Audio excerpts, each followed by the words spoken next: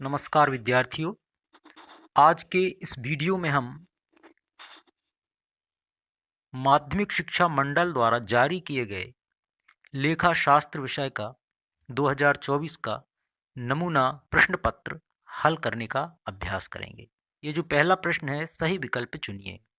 समझौते के अभाव में साझेदारों द्वारा दिए गए ऋण पर ब्याज दिया जाता है।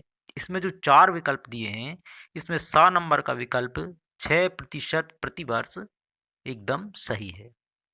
प्रश्न क्रमांक 2 है, साझेदारी संलेख तैयार किया जाना है। तो इसमें जो विकल्प दिए हैं उसमें जो 12 नंबर का विकल्प है ऐच्छिक है, यह सही है। क्वेश्चन नंबर 3 है, साझेदारों के लाभानुपात में परिवर्तन पर संचितियों का विभाजन होता है। इसका जो सही उत्तर है वह है पूर्व अनुपात में, अर्थात इसका उत्तर है आ। अगला चौथा प्रश्न है, पूंजी संचय को आर्थिक चिट्ठे में किस शीर्षक के अंतर्गत दिखाया जाएगा? तो इसका उत्तर है द संचय एवं आधिक्य। अगला प्रश्न है, आदर्श तरल अनुपात होना चाहिए। इसका जो सही उत्तर है वह है सा 1:1। प्रश्न 6 है, रोकड़ प्रवाह विवरण के संबंध में कौन सा लेखांकन प्रमाप सही है? तो इसका जो सही उत्तर है वह है अ AS3 अर्थात लेखांकन मानक 3। अगला प्रश्न है, रिक्त स्थानों की पूर्ति कीजिए। साझेदारी फर्म का पंजीयन ऐच्छिक है। इसका जो सही उत्तर होगा वह है ऐच्छिक है। प्रश्न 2 है, साझेदारी व्यवसाय में साझेदारों का दायित्व खालिस्तान होता है। तो इसका उत्तर है असीमित। तीसरा है, ख्याति एक खालिस्तान संपत्ति है। तो इसका जो खालिस्तान में उत्तर आएगा वह है कृत्रिम संपत्ति। ख्याति एक कृत्रिम संपत्ति है। यहाँ हम स्थायी संपत्ति भी लिख सकते हैं। चौथा है, पुनर्मूल्यांकन खाता एक खालिस्तान खाता है। तो यहाँ लिखेंगे हम नाम मात्र का खाता है।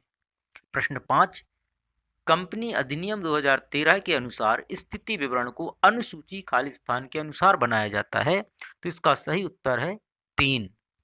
अनुसूची 3 के अनुसार स्थिति विवरण बनाया जाता है। छठवां क्वेश्चन है, देय विपत्र को चिट्ठे के खालिस्तान शीर्षक में दर्शाया गया है।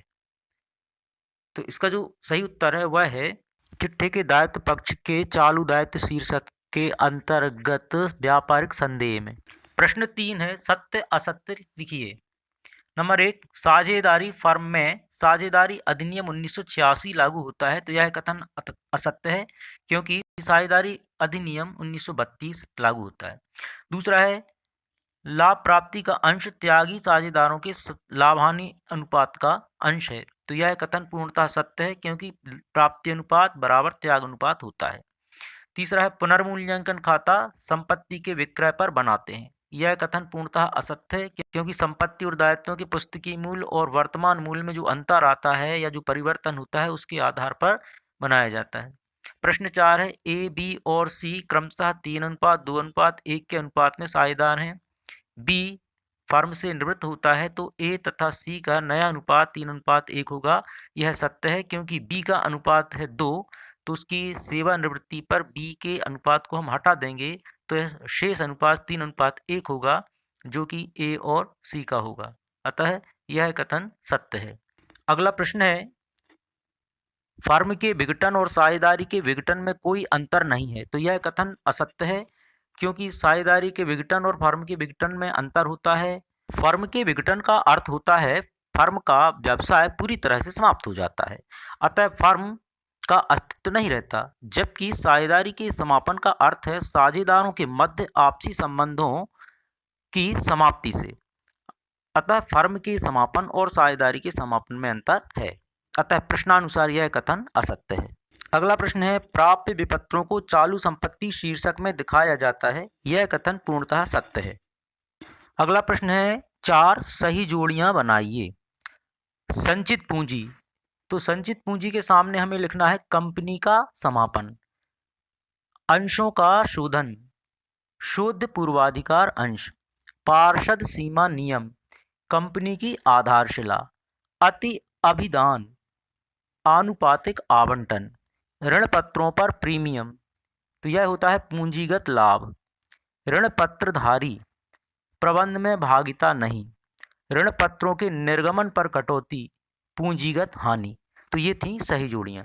अगला प्रश्न है, एक शब्द में उत्तर दीजिए। पूंजीगत खाता जिसका अंतिम शेष प्रतिवर्ष बदलता रहता है उसे क्या कहते हैं? तो यह होता है परिवर्तनशील पूंजी खाता, इसका शेष हमेशा बदलता रहता है। ख्याति के मूल्यांकन का आधार क्या है? तो इसका उत्तर है औसत लाभ। साझेदार की निवृत्ति के किसी एक कारण को लिखिए। तो साझेदार की निवृत्ति मतलब अवकाश ग्रहण के अनेक कारण हैं, जैसे वृद्धावस्था, अस्वस्थता, आपसी मतभेद आदि। इसमें से कोई एक कारण आप लिख दीजिए। इसके पश्चात है, समय के समाप्त हो जाने पर साझेदारी का विघटन कहलाता है। तो जहाँ साझेदारी का समापन समय के आधार पर हो वहाँ संयोग द्वारा समापन होता है। तो इसका जो सही उत्तर है वह है संयोग द्वारा समापन। इसके पश्चात कंपनी के लाभ को चिट्ठे के कौन से शीर्षक में दिखाया जाता है? तो इसका उत्तर है अंशधारक निधि शीर्षक में, आरक्षित व अधिशेष यानी संचय व आधिक्य के उपशीर्षक में इसे दर्शाया जाता है। अगला प्रश्न है, किसी निश्चित तिथि पर व्यवसाय की आर्थिक स्थिति को प्रकट करने वाले विवरण का नाम दीजिए। तो यह है आर्थिक चिट्ठा। नंबर 7, ग्राहकों से प्राप्त रोकड़ कौन सी क्रियाओं का रोकड़ प्रवाह है? तो यह है संचालन क्रियाओं से रोकड़ प्रवाह।